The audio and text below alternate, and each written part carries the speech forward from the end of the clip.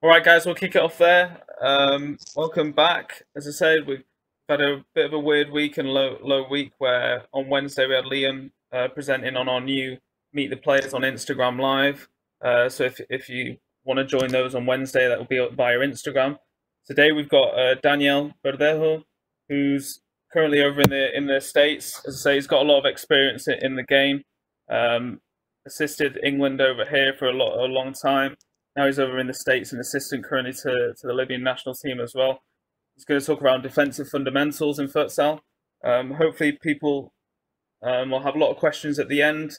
As I said, if you want to start writing your questions down in the chat, please do so, and Daniel will try to answer as many as possible. So I'll let Daniel take it from here. Thank you, guys. Thanks. First of all, I would like to say thanks to you guys for putting this together, and also to John Curran, that he called me on Sunday night, I think, on Monday, just to invite me to participate here. So thanks to him. As John said, I live now in California, in the US, but I spent 8 years of my life in England, and I was involved with the national team. Right now, I coach here in a futsal club and in a soccer club. And at the same time, recently, as you mentioned, I was with the Libyan futsal national team in the African Cup of Nations. Today, I'm going to talk about defensive fundamentals in futsal. So I think it's going to be very interesting. I divided the presentation in several parts. You will see later, and if it's easier for you guys, after each part, I am happy to stop and answer your questions. We don't have to wait until the end. And then I think I have a lot of material, so I asked Juan if we have any time limit or not. And for me, I don't have any time limit, so if you are happy, we'll go all the way through, and maybe we have 1 hour, 10 minutes. Okay, that is my idea. The whole presentation will be between 45 to 50 minutes, depending how long we spend on the videos that I have. So let's start.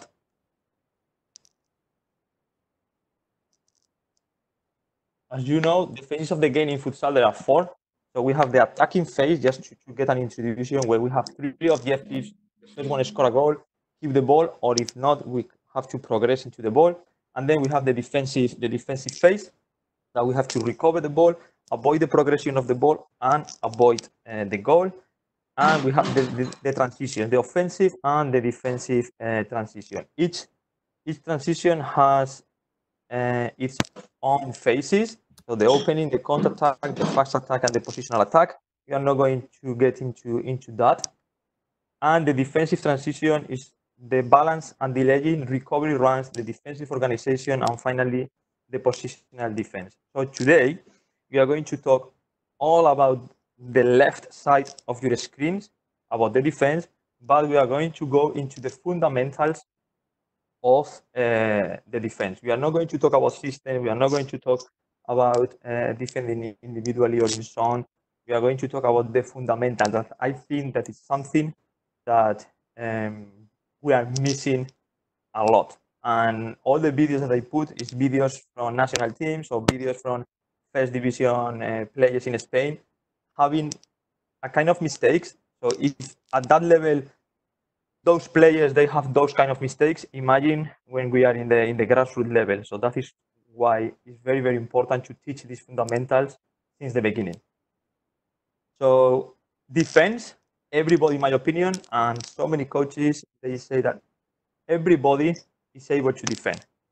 So if you want to defend, you can. So you don't need any special thing to defend. It's just attitude. You only need attitude. That is the first thing. And then talking about the fundamentals, they are all the individuals or collective actions that they are in relation to the defense objective of the team or to the defense intention in that moment. And I think we should teach fundamentals rather than systems, because if you master the fundamentals, if you control the fundamentals perfectly, they are all the same for the system. So you will be able, as a player, to defend in any kind of system or in any kind of formation with small tweaks. To teach the fundamentals, usually we should follow a progression. And in Spain, we call gain of 1, gain of 2, 3, and 4. And that means gain of 1 means when there is one player involved. So there is some fundamentals with one player involved. There are some fundamentals with 2 players, and 3 and 4. And of course, the fundamentals that we have in the gain of 1, they are applicable to the gain of 2, and the ones in the 1 and 2, they are applicable when we have 3 players, and so on. Okay, so I'm going to start showing this because I think I should mention that there are so many videos here and there are so many resources that I use, and I want to give credit to them. So Adri Martino helped me a lot and gave me a lot of videos to use here. At the same time, Pulpis, the head coach of the Thailand Futsal national team, gave me a clip about body orientation that you will see later, and the Spanish Futsal Coaches Association. And we have a great problem with terminology, even in Spanish. So imagine when we translate terminology into English. So some of the terminology that we'll use maybe is a bit controversial, or maybe we can discuss about that. But I try my best. Okay. Also, Adri is organizing this online seminar in June. It's going to be everything in English, so maybe it's a good opportunity for you guys to try to see something. So the first thing, when we are talking about the gain of 1, the first thing is the defensive basic position. And as you can see here, the knees, they should be bent, low center of gravity. You should be on your toes, not flat feet, to react quick.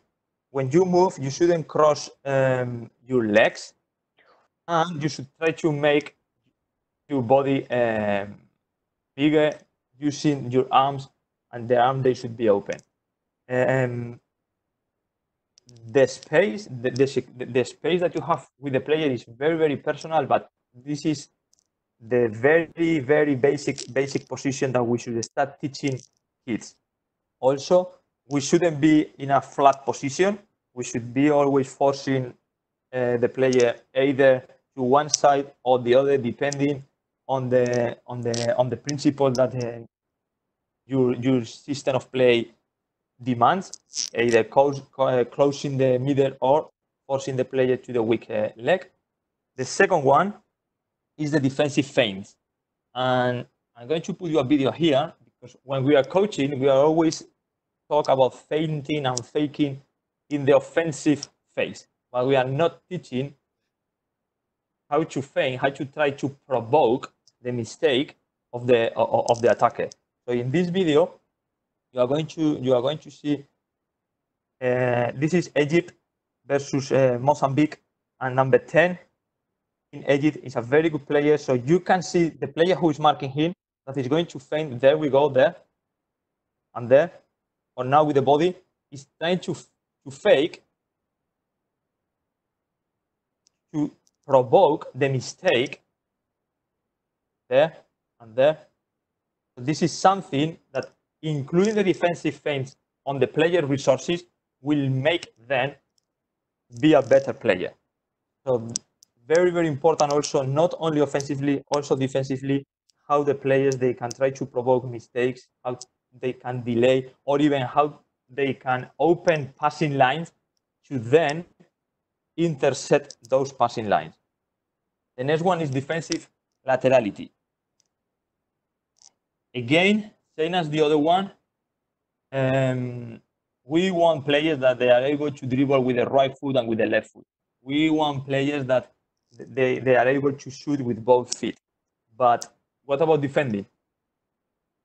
We should have players that they can defend with both legs without turning their body and without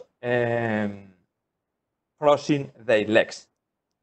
And as you can see here in this video from Adri Martino, we can see Adolfo here defending in the middle, that he's crossing completely because he's a right-footed player. So he's turning his body to defend with the right foot. Or here in a 1v1 versus Diego and Mateus. Mateus is another right-footed player that you will see that he's turning his body to the right to try to intercept the ball with the right foot, and that is the moment right now there when Diego cut the ball to the other side, because he in that situation he was not able to defend with the left foot. So this is the kind of things that we should be teaching since the very beginning. This is one of the key fundamentals, that you should be able to defend with both legs, with both feet, without crossing your body. Or we have here one, in this situation here, that player on green, Badillo, now the coach for Palma, he's a left-footed player, and as we can see there, he tried to intercept the ball with the left foot, crossing completely his body, and the defender basically beat him.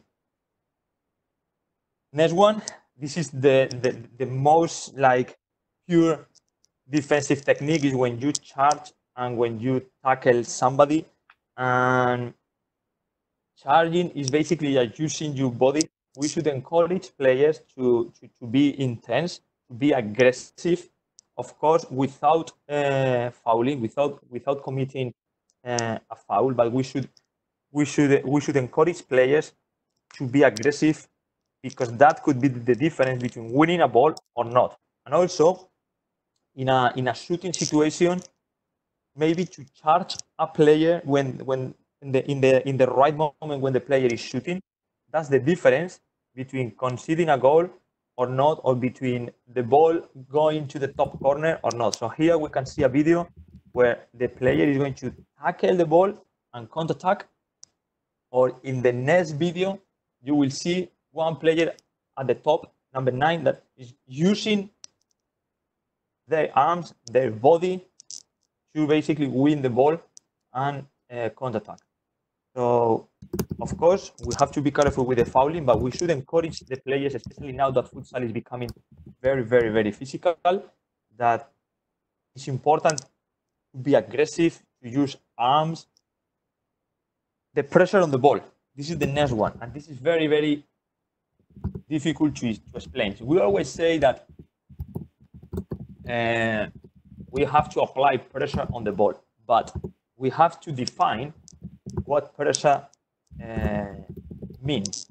And the pressure on the ball is very different for each player, because it depends on their respective characteristics, speed, security about pressing.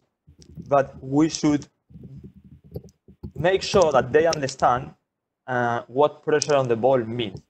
So in my team, we say that ball is pressure when the ball can only be played back. The ball cannot progress forward.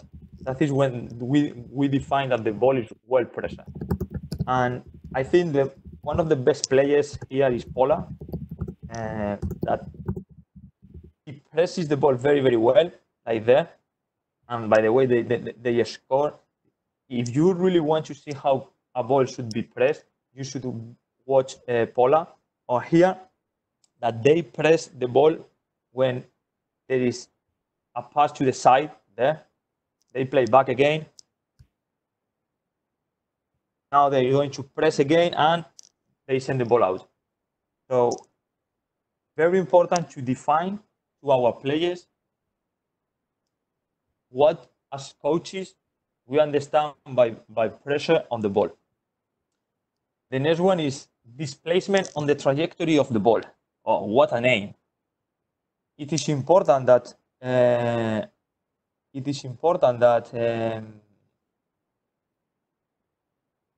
the players, they don't go to press when the player receives the ball.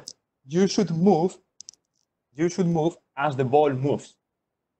Okay, that gives you time, because when the ball is moving, when the ball is traveling, that is the moment that the ball cannot be changed. Nobody has control of the ball. So if we move as soon as the pass is made, we will arrive closer and we will be able to apply pressure earlier. It's one of the most important in our sport. And you will see here a couple of videos. Also, Paula, that there he moves again. He moves. Let's stop it. There, Paula here. Watch there. He's going to move. He's already moving when the ball is there. You see, the ball just left, and Paula is already moving. So when Ari received the ball, Paula is already there. Or here is an interception, because the ball is moving. The player moves into the trajectory of the ball when the ball is moving, and they score. Or here, that the displacement is in the oriented control. And watch this again. So here, the guys, a not very good touch, but because the guy is already getting there, he steals the ball and scores. So super important, these last two, the pressure on the ball and the displacement, the movement of the defender when the ball travels. Then what I call the domain of the space. And this is like controlling the space, okay? So, and we are talking about not the player on the ball, but the player on the other, on the second defender, basically. So in Spain, we call something the defensive triangle, and you will see now here in this graphic. So number 2 blue has no domain, has no control of the space in relation to number 2 red. Because if number 2 red receives the ball with just a touch, number 2 red is going to beat number 2, okay? Because they are basically on the same line. What we want is not to be on the same line, okay? As you can see on the second graph. So number 2 blue, the defender, creates a triangle between the player who is marking and the ball. This is what in Spain is called the defensive triangle, which is player, ball, and player that I mark. And if I create that triangle, we are not on the same line and in a way better position to defend this kind of situation. The next video, we will see a couple of clips. So here we have Barcelona, Lozano here at the bottom, okay? That he's checking. And we have Caio Alves here from Zaragoza. He's checking, as you can see, he's looking, so he knows that his player is there, but now he lost him and he beat him because he just lost him a bit. So if we go back again, there, they are almost on the same line. So he lost control, he lost domain of the space. Here, if we check about this blue player here with this green, so if we with this white player on this line, he's going to lose control of the space, and the white is going to beat him. So this is what we call control of the space of domain. However, here is the opposite. Those two Inter Movistar players, they have a very, very good space domain, because when the goalkeeper has the ball, they didn't go to press. They drop a bit, they domain the space, and the goalkeeper decided to kick the ball long. Recovery runs. That means when we are basically we have to lose defensive height because we have been beaten to be able to defend again. And this is super, super important in futsal. It is non-negotiable. So as soon as you get beat, you should get back as quick as possible. That is why it's a maximum intensity. And we recover to the space. We don't recover to the ball.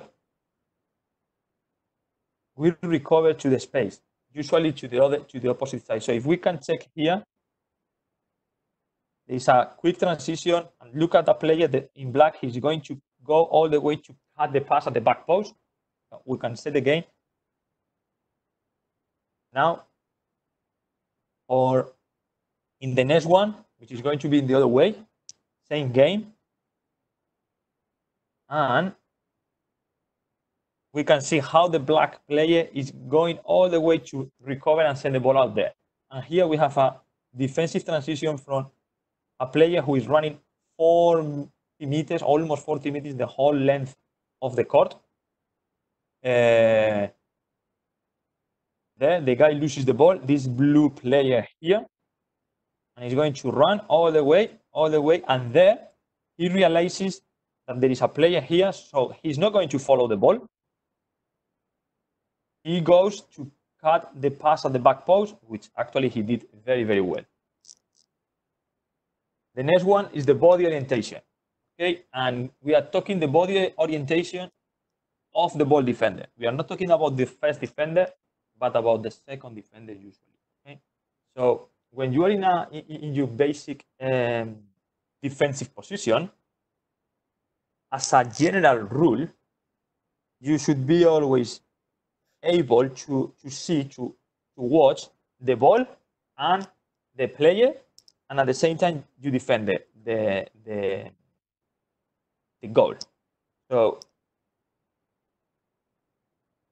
you should be able to watch the ball, like this player now here in orange is watching the ball. However, behind there is a player that he is not aware of. So he lost control on the situation of his player.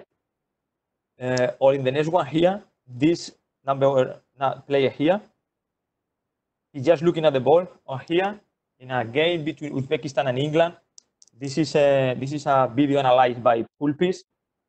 You will see very, very easily now, so because Pulpis did a great clip here. So if we see, we can have several problems. If we see now, there's a couple of passes, and now in that moment, number 3 is turning completely, following his man, and he's not looking at the ball. He's not looking at the orientation of the game. He doesn't see the majority of his teammates. So, or here, number 15, he turns. We will see again, number 15 here, he turns completely.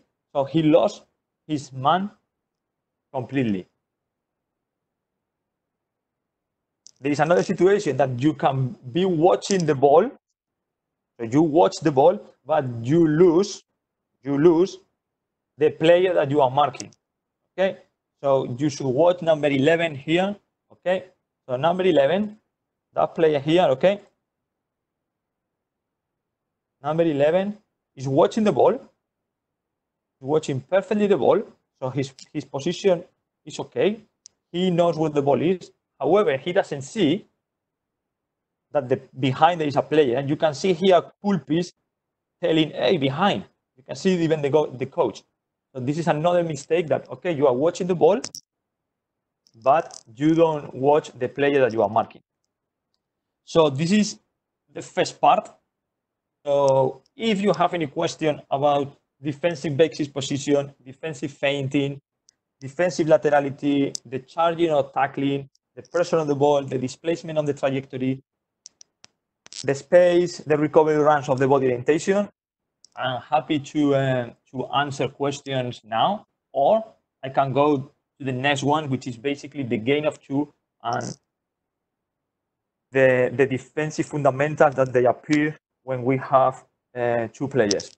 So it's up to you guys if you have any question now, or I carry on.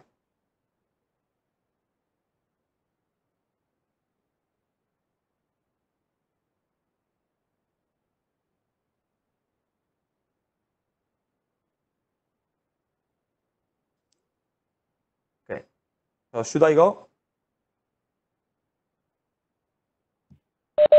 Go ahead, Danny. Go ahead. Okay, so the next one. Game of two. As soon as we have two players, we should start teaching our players what the weak side means and the strong side. So as a general rule, the weak side is where the ball is not, and the strong side is where we have the ball. And usually we should have more players on the strong side than the weak side. This is very important that the players they understand that, because then in so many fundamentals we will have to apply this concept. So super important that they understand this. And then it's also important that they understand the defensive lines and the defensive roles. Okay? And as soon as we have two players, we can create defensive lines. Okay? So as you can see here, we have the first defensive line with one player, the second defensive line with two players, the third defensive line, and then the goalkeeper, which is always the last defensive line. Usually, it's important that you understand that if we have two players on the second defensive line, usually it's because we are more conservative and we are more looking and waiting for the mistakes from the position. If we want to press a bit higher, if we want to recover the ball quicker, that is when we put two players on the first defensive line and one player on the second defensive line and third. And then we go to the roles.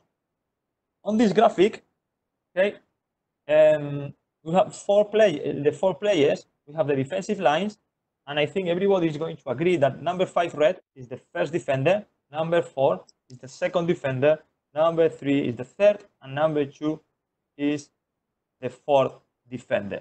Those are the roles of the players. However, we have to make sure that without changing any position from the attackers, which is now, just changing the body orientation and the orientation of the game. So if number 3 takes the ball where the number 3 is taking the ball right now into the wing, number 5 will be the first defender again. So it's the same because it's there. But the second defender is not going to be number 4 now. The second defender should be number 2, just in case number 3 yellow beats number 5. So now the first defensive line is number 5 and number 2. So we change the defensive lines. Number 3 will be on the second defensive line and the third defender, and number 4 now is the last defender basically. So this is very important, and it's key that our players they understand this, because for example, every time that we are defending power play or flying goalkeeper, when the ball is at the top, our backman is going to be our fourth defender. However, as soon as the ball goes into one corner and the backman needs to go out, the backman becomes the first defender. So the roles, they change very, very quick during the game. So it's important that the players, they understand this concept. So here you will see a couple of examples how Palma here,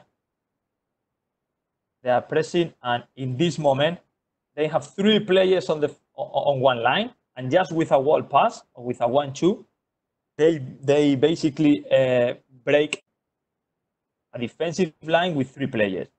So very important that we don't have 3 players on one defensive line. However, in the next video, also from Adri, we will see how this player here in blue, okay, the player in blue which is on the right, is going to take the middle right now, and we have a first defensive line with 2 players, second defensive line, and third defensive line. So very, very good how they created these defensive lines in this situation. Next one is closing the passing line. So this is super important in futsal, and you have to perceive both sides. Your body orientation is key to basically to position yourself in a position that you cut a passing line that could create some danger, could damage your defense. This is absolutely super important in outnumbered situations, in counterattacks, in transitions, and it's important to read several things about position, about number of players, about the leg, the strong and the weak leg. So here we can see how in a game Libya versus Morocco, those two defenders they didn't cut the middle, and we had an open pass into our pivot. Or here, very similar situation that the defenders they don't cut the pass through the middle and they connect to the pivot. They didn't cut this passing line. However, here we will see how the defender here at the bottom is going to cut this passing line into the middle and counterattack. Defensive organization. This is the next one. And the defensive organization, as if you remember from the first slide, is the end of the defensive transition and is when the positional defense starts. Okay, so basically, it's when you relocate yourself and you start to assign the players that you are marking their roles, responsibilities, and you start domaining, controlling the space. The time that you have depends a lot on the situation. We can start working on the defensive organization as soon as we have 2 players. And of course, the more players we have, the more difficult it is. So we have some examples here about defensive organization. We have the pink team that they send the ball out. It's a kicking for blue. They don't really organize quick. And the blue team, they take advantage of that. Or we will see the next one, my team here in California. We are pressing. We are in blue. We are pressing. We will send the ball out. Okay, to a kicking right now. It's a kicking from that position, and we have number 15 here. We have number 14 over there, and number 7. And then there is another player here that you will see later. They don't organize. They play quick, a ball through, and no communication, terrible organization. They score. Here, however, in a clip that Adri Martino analyzed, the yellow team lost the ball, okay? And as you can see, they organize very, very well. They run back completely to get back. All the players, they are behind the ball. So the 4 players, they are right now behind the ball line. Very, very good. They start assigning the marking. So basically, they reorganize defensively, and even they start pressing a bit more. Or here, we have a very quick organization from kickoff. Okay, we have kickoff. Libya, Morocco, they press. We are going to break their pressure now with that oriented start, but the Morocco team get back very, very quick to reorganize, get back behind the line, and start pressing higher and higher again. Very, very good organization there. We have something that is called readjustment, and basically is when we are organized, something happens, okay, that we have to readjust. And here there is a kicking, as you can see. Defensively, we are organized. The gray team is organized defensively, but they are going to make a block into that player, as you can see there. This player reads the block, so he has to readjust the defense. He has to readjust the organization that previously they already had in order to cut that shot and defend again. Very good clip. Okay. Floating. Floating is basically when a defender is maintaining a position between two attention spots or between two players that they could generate danger. So basically, is when imagine the situation that we are attacking, we have a shot, the goalkeeper makes a save, and we have two runners. So the goalkeeper is looking for a long ball into either of the runners, and there is only one defender. So that defender is not going to go right or left. He's floating between them. He's in the middle. He's in between, and when he sees the ball traveling from the goalkeeper, that is when he will go. As we can see here in the example, okay, the goalkeeper now is catching the ball. Sorry about the quality of the video, and he's going to look for the delivery. And we have this red player here in the middle, this red player here, that moves towards the right rather than staying in the middle, and the ball goes straight to the green. So if you watch the game, the goalkeeper catches the ball now, and the red player move a bit to the right. So the defensive floating is not really good. Or in this video, you will see the blue player now. Sorry. That player here, that should be more in a middle position to be in a position to defend and help his teammate.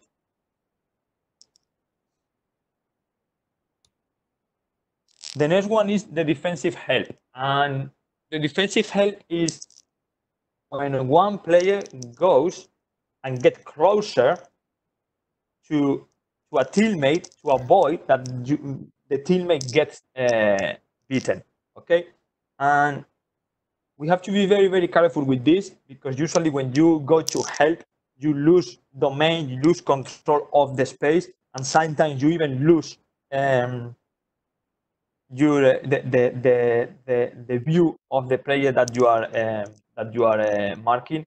We have to distinguish. We don't have to confuse defensive help with defensive cover, and you will see now in a video in the African Cup of Nations. Okay, so here we have this number 10, very good player from Egypt. So the Mozambique team established to do a lot of helps, and if you can see here, okay, that player here gets closer to his teammate to avoid the 1v1 here. However, you lose the domain of the player that you are marking. So we have to be careful, and that is why I said you don't have to confuse this with defensive cover. Defensive help usually is coming from the first defensive line. Defensive cover is when the support is coming from the second defensive or third defensive line. Okay, so we have a couple of clips here where the Mozambique team helped a lot. Now they are helping here, and in the last clip, which is I think is the most clarifying one. So here we have this player here is going to get closer and closer and closer to help, but he's going to lose domain. He's going to lose that player number 9 in white here, and he's going to create a good scoring opportunity. And now we go to the defensive cover. The defensive cover is more like a preventive action. Is when you are in a position to be able to help your teammate in case your teammate is outplayed. And I said before, is usually used by the third or fourth defender. So basically, the second or third defensive line, and is really related to the game orientation. That is why it's super important that the players, they understand what a strong side and weak side is. So we have here a couple of examples. Libya versus Morocco. We have the captain, Rahoma, here, okay, number 10, that he's going to adopt now, you see, a position into a defensive cover, just in case the player beats number 7, Hamdi, which actually did, and he goes to help his friend. Or here, the same one, the blue player in the middle is doing a defensive cover and also cutting the ball. In this example, now it's different. This is why it's important that we establish. This example is different. Sorry, I skipped the slide. The defensive cover is going to be made by the goalkeeper. Okay, so you will see now. Now we have a 1v1 situation there, but the goalkeeper is coming out to be the defensive cover for that. This is one of the rules or one of the principles that in this case the coach established in that team. And you see there's a defensive cover there. Or in the next clip, we will see goalkeepers doing a Juanjo when he was playing in Portugal, in Benfica, now playing for Barcelona. He will read very good this situation. Now we have 1, 2, 3, and the guy who is following is all the 4 players. They are going to be almost on the same defensive line. So he needs to come out to clear the ball. Let's put it this one again. So the goalkeeper is reading the game, and because there is no defensive cover, he is the one who makes the defensive cover. Okay. The next one, exchange, defensive exchange. That is a translation that I did. In Spanish, it's called Permuta. Okay. And basically, it is very related to the defensive cover. And it happens when you switch the defensive roles and the defensive marking. So you will see now.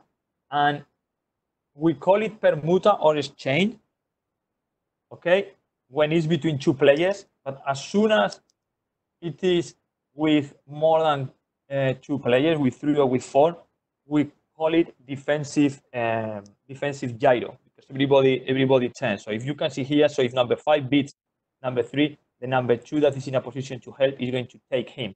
And now everybody is going to rotate. So number 4 will take number 2 position, number 5 will take number 4 position, and number 3 will be, in this case, the top player where number 5 is. Okay, so everybody like turn or make like a gyro.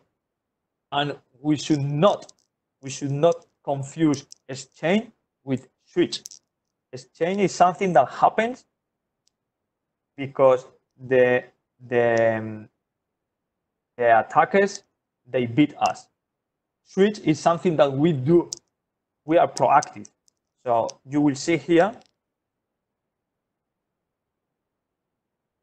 that player got beat. So this goes to the cover, but now they are switching. That player is marking him, and the player who got beaten will recover and will try to pick the player that the other guy left. Let's watch it again.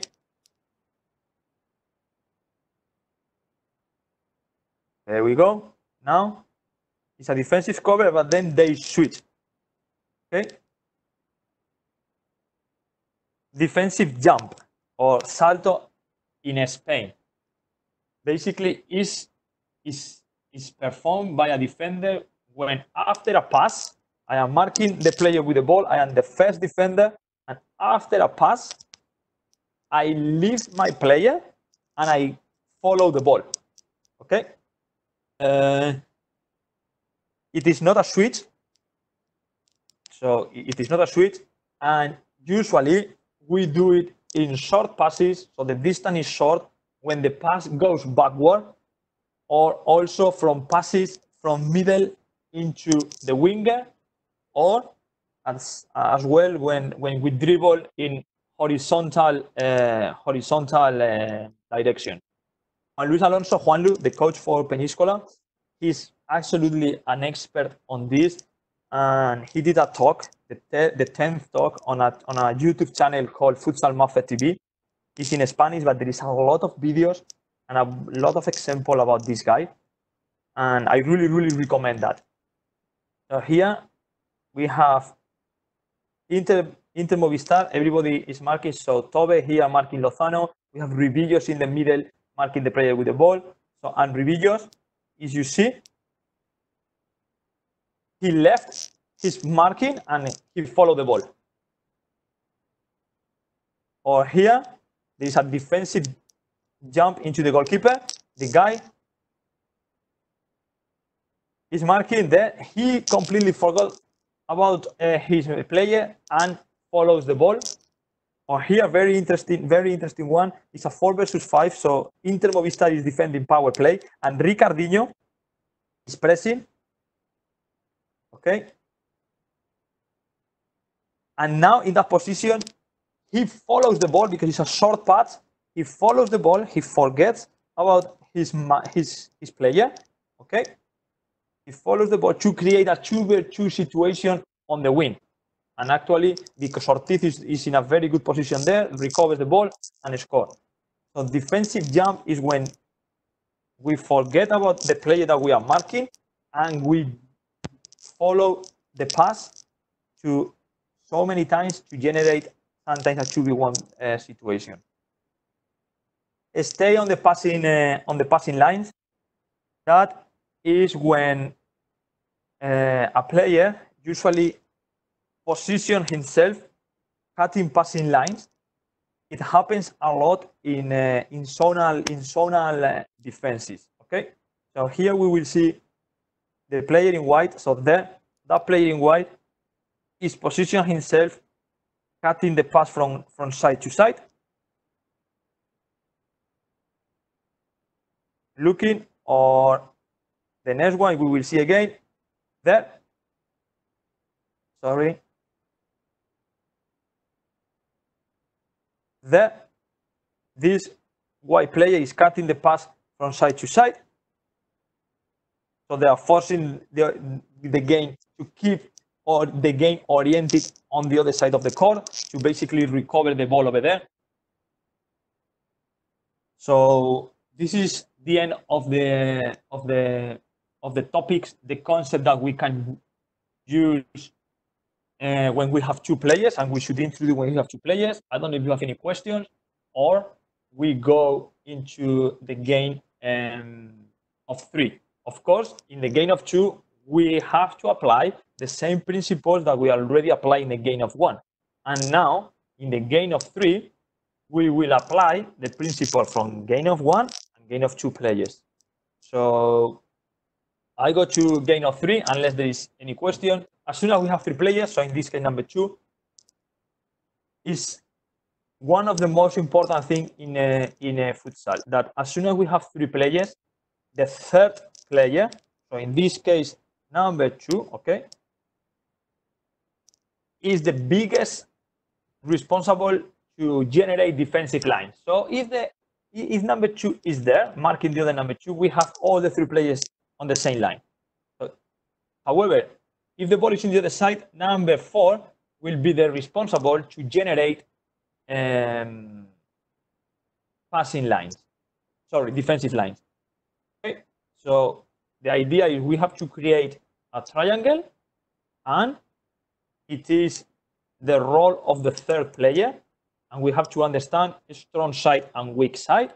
And number 2 in this case is basically adopting a floating role and moving from side to side.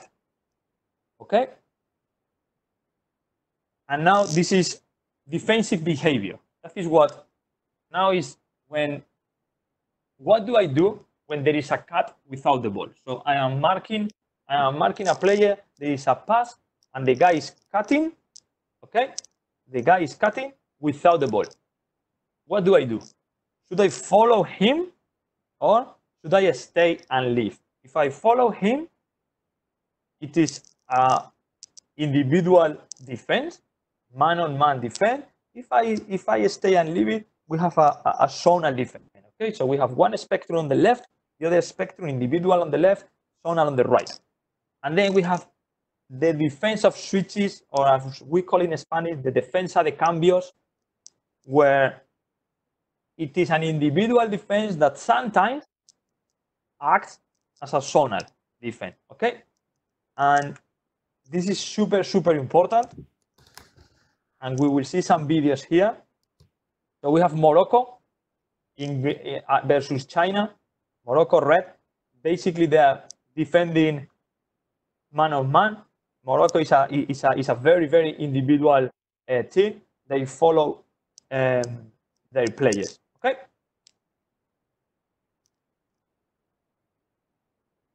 They follow.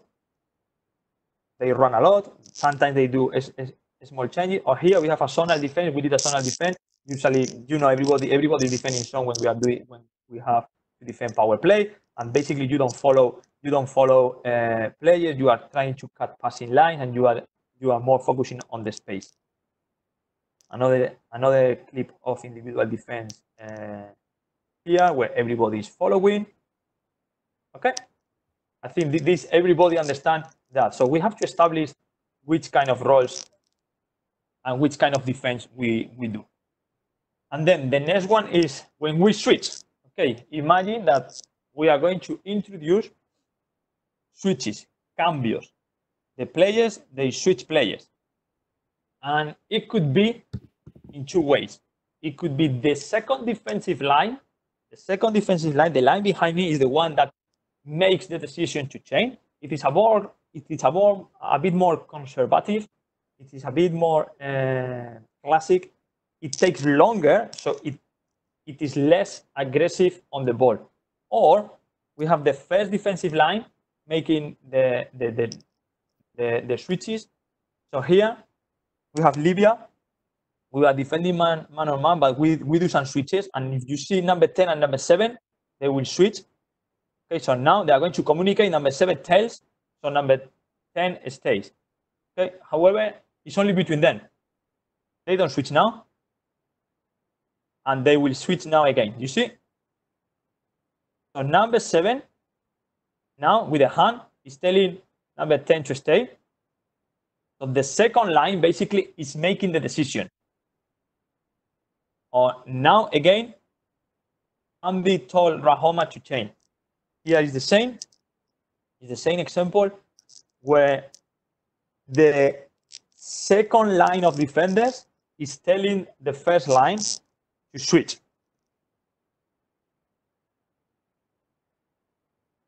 We have the backman the backman we have in this video that basically is making the call. The second defensive line again is making the decision and telling.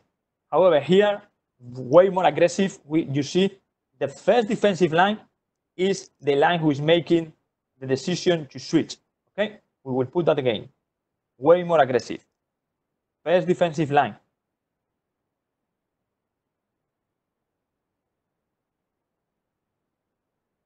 So, and then we have the rules about when we change, when we switch, and when we don't switch. So every time we switch, it should be when the ball is pressure. If not, we don't switch. And remember what we said at the beginning about what do we mean by the ball being under pressure. Okay? So if the ball is under pressure, we switch. If the ball is not under pressure, we don't switch.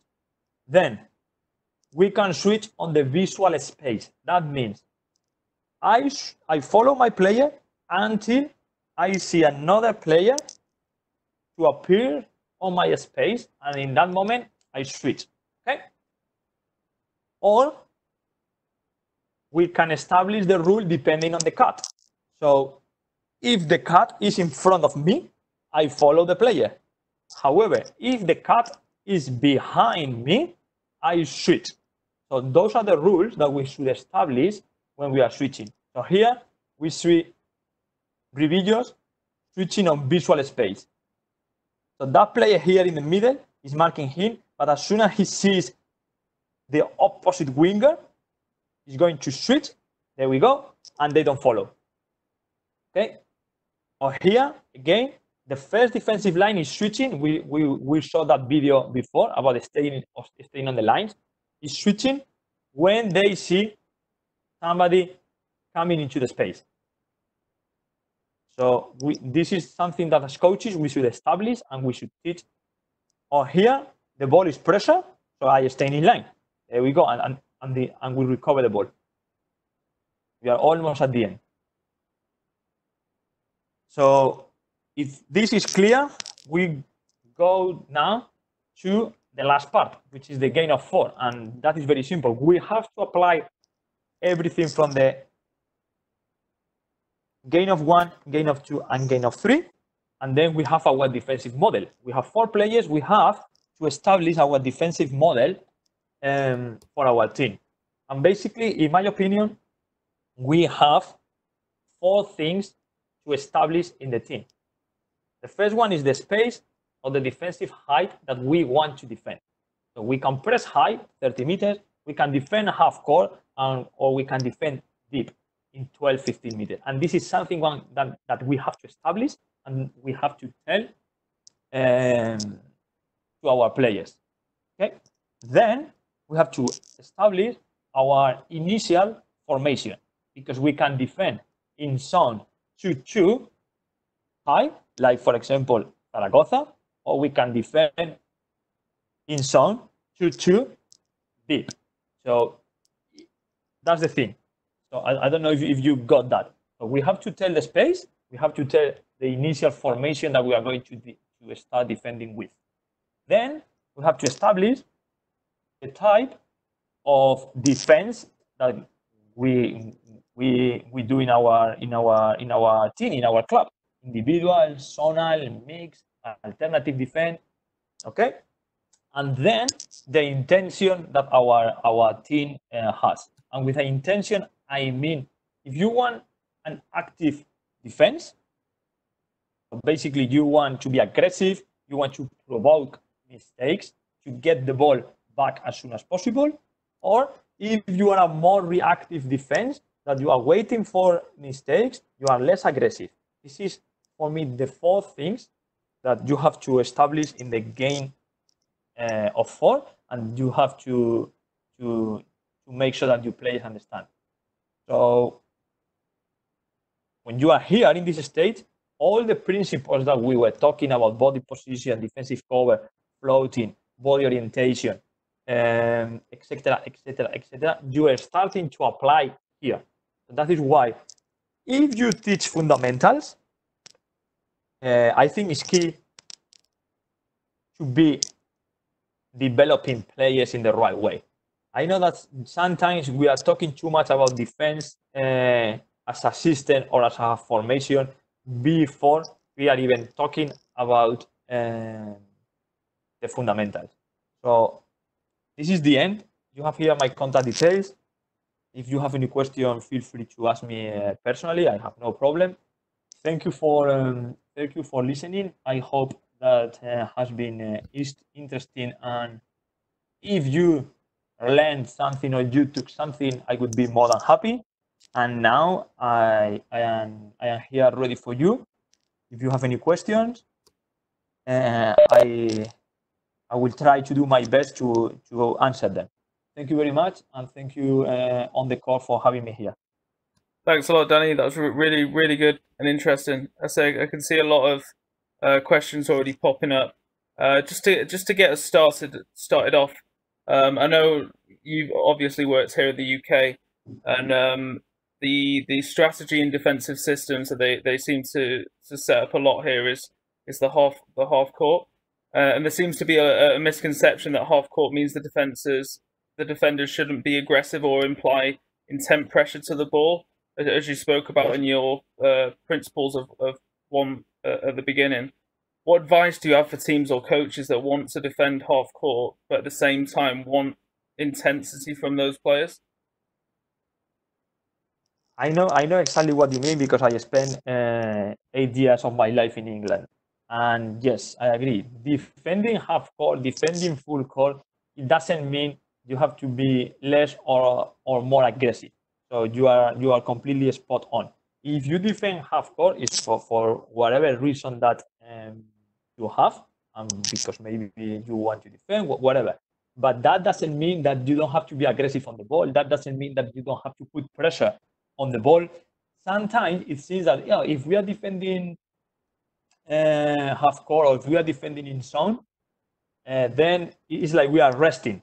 No. It is not like that. And this is something that needs to be clear. And I don't know what to tell them.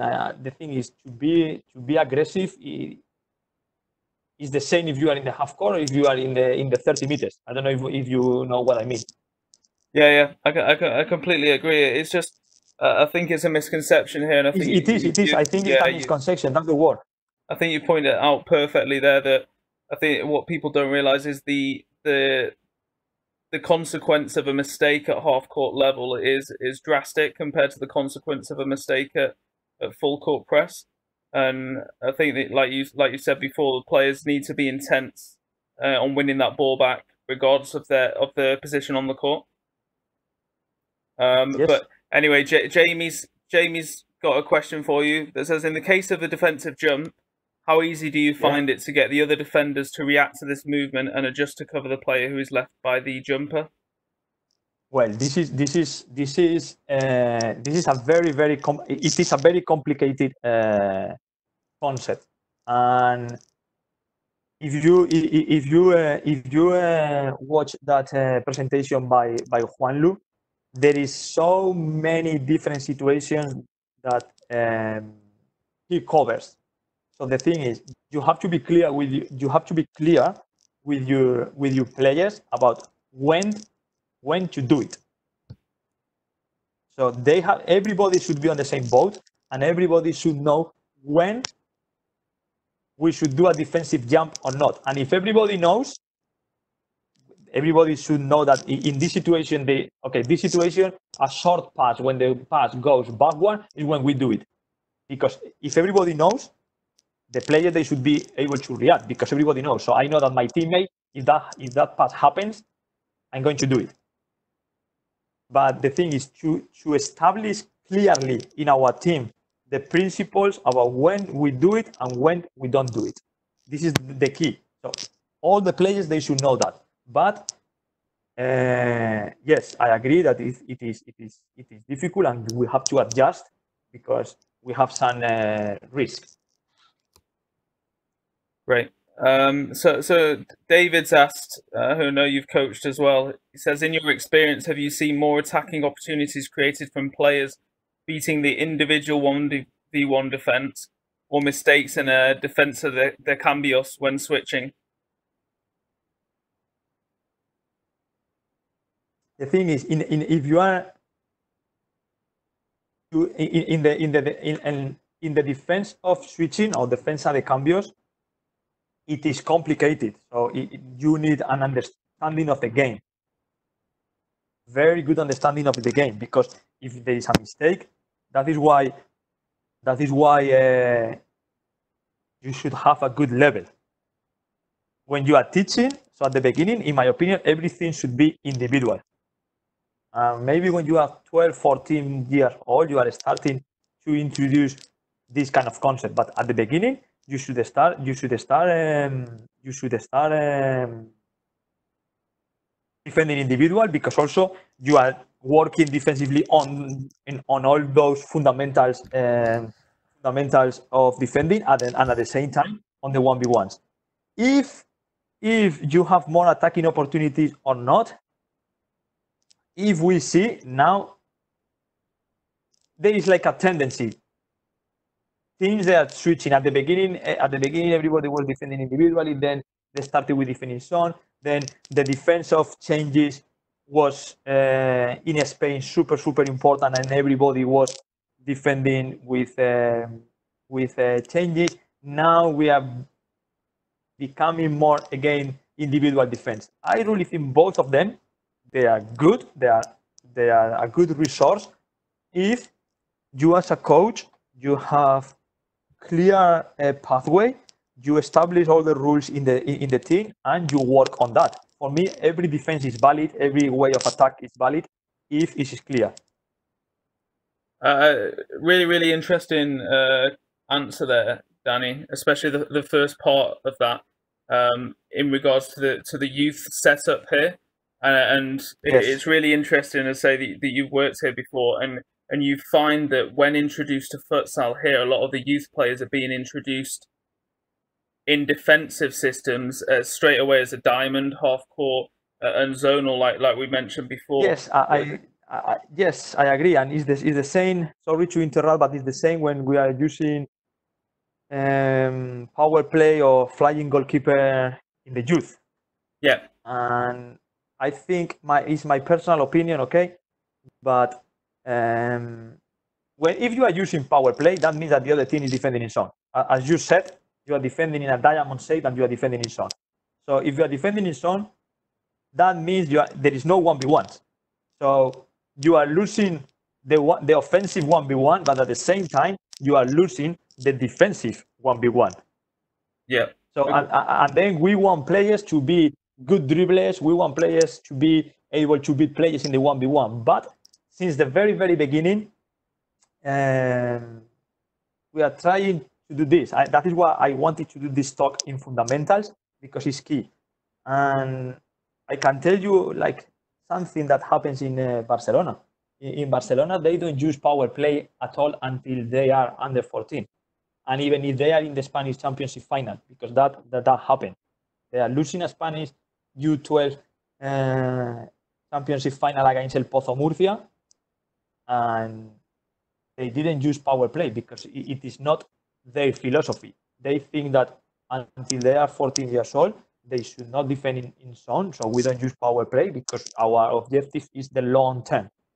But yes, I see a lot of youth coaches setting teams in the shape when we should follow and we should try to master other things before the system or the formation.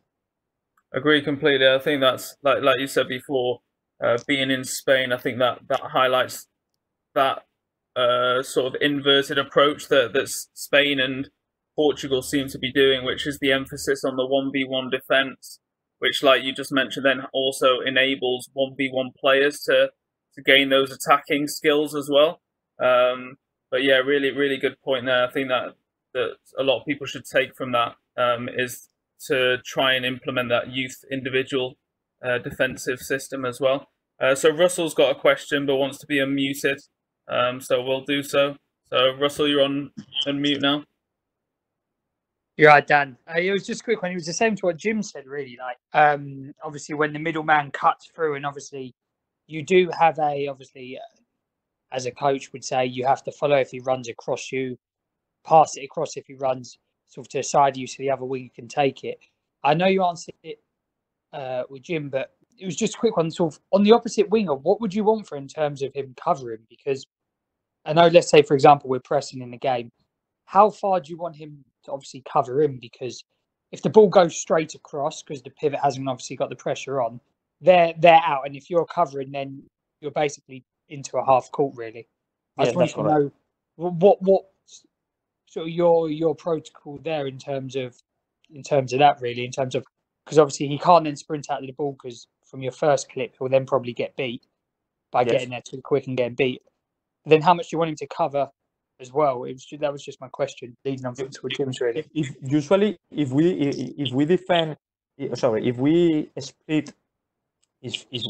we split the court by the middle, like longitudinally, I don't know if you understand what I mean. Yeah.